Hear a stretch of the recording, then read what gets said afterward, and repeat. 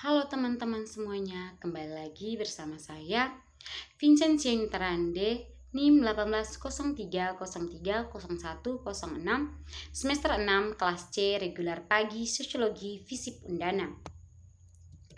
Topik tugas harian ke-6 kali ini adalah akar korupsi di NTT. Korupsi merupakan hal yang menarik untuk dibicarakan karena berbagai alasan. Salah satunya karena korupsi menyangkut uang rakyat atau harta negara yang harusnya digunakan sesuai kehendak rakyat atau peraturan perundang-undangan yang berlaku. Selain merugikan negara, tindakan korupsi juga bisa menjadi penyakit yang akan menghancurkan negara bila tidak segera ditangani.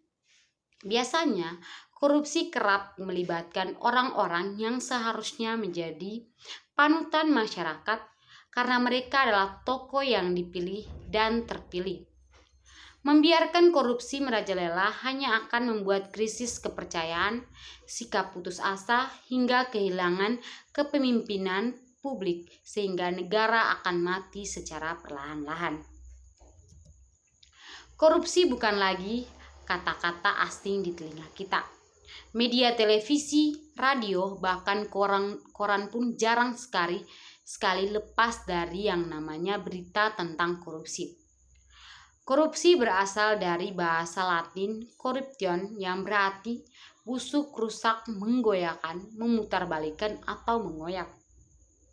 Berdasarkan Undang-Undang Nomor 31 Tahun 1999, korupsi adalah tindakan setiap orang yang melawan hukum, melakukan perbuatan memperkaya diri sendiri atau orang lain atau suatu korporasi yang dapat merugikan keuangan negara atau perekonomian negara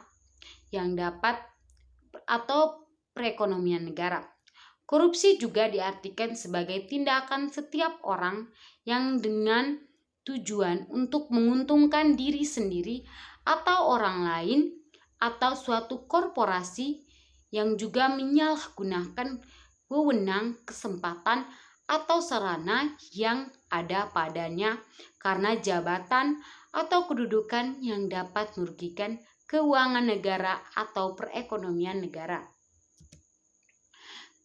Penyebab korupsi dapat dibagi menjadi dua faktor, yaitu faktor internal dan faktor eksternal. Faktor internal merupakan penyebab korupsi yang datang dari diri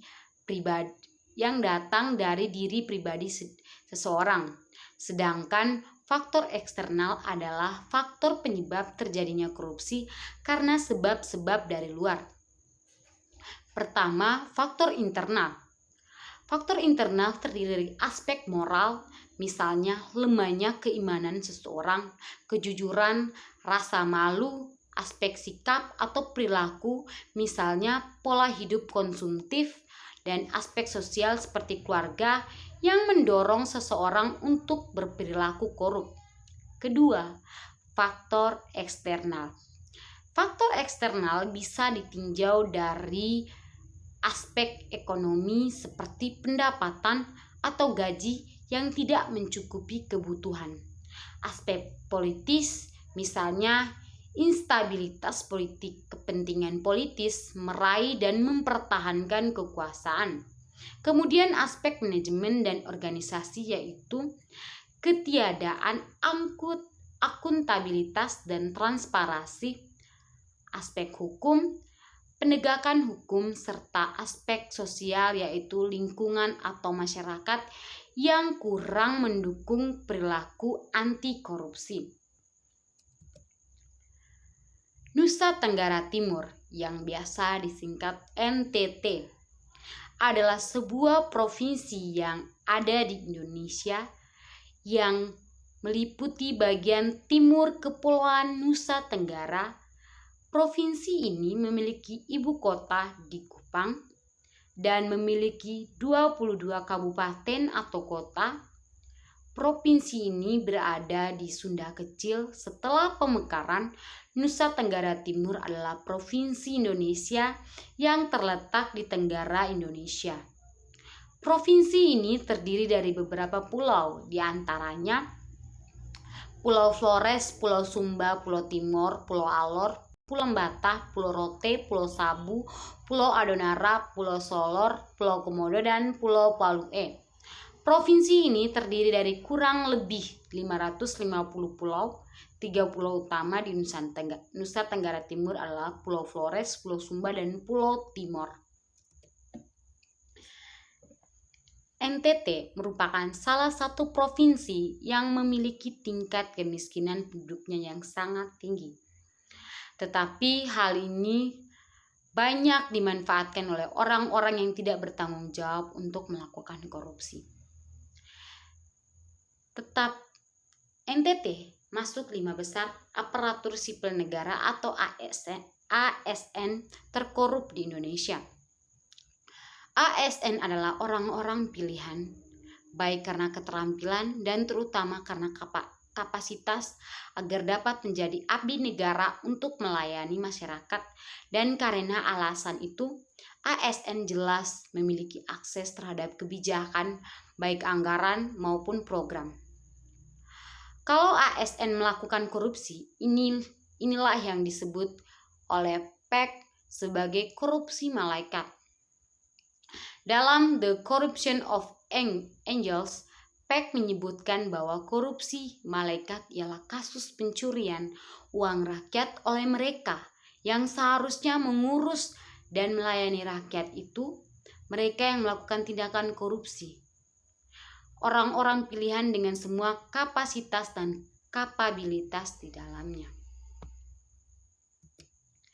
Data di atas bisa sedikit memberikan gambaran relasi kemiskinan dan korupsi, bahwa ada hubungan yang lurus antara perilaku korupsi dengan tingkat kemiskinan. Semakin tinggi tingkat korupsi, semakin tinggi pula angka kemiskinan. Semakin banyak orang yang terlibat korupsi di suatu daerah, semakin tinggi juga kemiskinan di daerah tersebut.